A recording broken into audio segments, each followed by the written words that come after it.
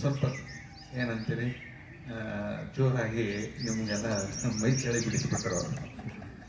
ಬೇಕು ನಾವು ಒಮ್ಮೆ ಈ ಸಂದರ್ಭದಲ್ಲಿ ಡಾಕ್ಟರ್ ದೀಪಕ್ ಅವರಿದ್ದಾರೆ, ಬಸವರಾಜ್ ಹರಗಲಿ ಅವರು ಚಿರಪರಿಚಿತರು. ಅಪ್ಪ ಅವರಿಗೊಂದು ಮಾತು ಹೇಳಿದರು, ನನಗೆ ಬಹಳ ಸಂತೋಷ ಆಯಿತು. ಯೋಗದ ಭಾಷೆ ಅಂದರೆ ಬುದ್ಧಿಜೋರು. ಎಂಥ ಮಾತುಗಳು! ಯೋಗ ಅಂದ್ರೆ ಏನು ಅನ್ನೋದೇ ನೋಡ್ಬೇಕಾಯ್ತು, ತಿಳ್ಕೊಬೇಕಾಗಿದ್ರೆ ಆ ಪೂರ್ಣ ನೋಡಿದ್ರೆ ಸಾಕು ಅಂತ ಒಂದು ದಿವ್ಯ ಸಂದೇಶವನ್ನು ನಮ್ಮ ನೀಡಿದರು.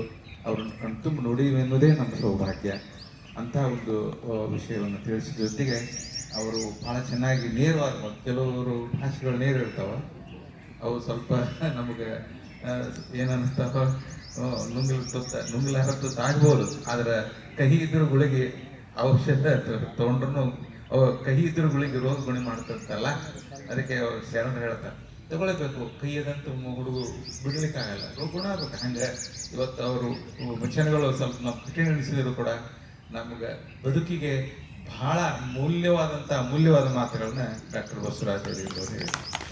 ಅದಕ್ಕೆ ಶರಣರನ್ನು ಕೂಡ ಹೇಳಿದರು, ಇವತ್ತೇ ನಿಮ್ಗೆ ಏನಂತ ಸಮಯ ಇಲ್ಲ, ಅದರಕ್ಕೆ ಕಹಿ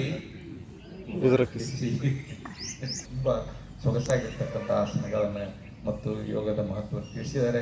ಅವರು ಇರುವರಿಗೂ ಆಶ್ರಮದ ಪರವಾಗಿ ನಾವು ಆರ್ಥಿಕ ಅಭಿನಂದನೆಗಳನ್ನು ಸಲ್ಲಿಸಿದರೊತ್ತಿಗೆ ಇವತ್ತಿನ ಕಾರ್ಯಕ್ರಮ ಮುಗಿಸೋ ಪೂರ್ವದಲ್ಲಿ ಸಾಯಂಕಾಲ ಮತ್ತೆ ವಿಶೇಷ ಕಾರ್ಯಕ್ರಮ, ಈ ಎಲ್ಲ ಕಾರ್ಯಕ್ರಮ ನೇತೃತ್ವ ವಹಿಸಿ